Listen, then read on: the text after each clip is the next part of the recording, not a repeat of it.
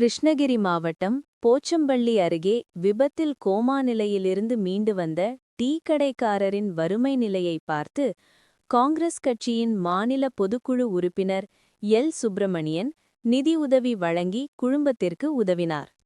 கிருஷ்ணகிரி மாவட்டம் போச்சம்பள்ளி பகுதி காங்கிரஸ் கட்சியைச் சேர்ந்தவர் முனுசாமி. இவர் சாலையோரம் டீக்கடை வைத்து நடத்தி வருகிறார்.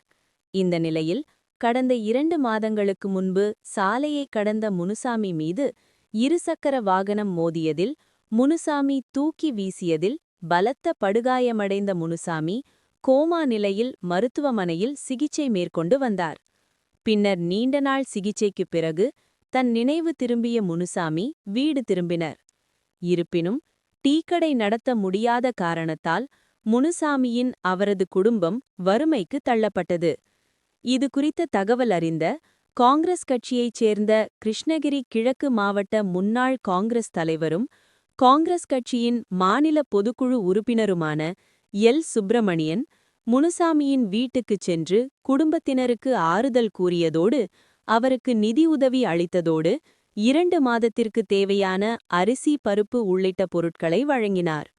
அப்பொழுது மாவட்ட பொருளாளர் உமர், முன்னாள் மாவட்ட துணைத் தலைவர் விவேகானந்தன், முன்னாள் மாவட்ட துணைத் தலைவர் சிவலிங்கம், ஊடகப் பிரிவு கணேஷ், ரமேஷ், மடத்தானோர் ஆறுமுகம், முன்னாள் மாவட்ட செயலாளர் நவாப், டேனியல் பழனி உள்ளிட்ட பலர் உடனிருந்தனர்.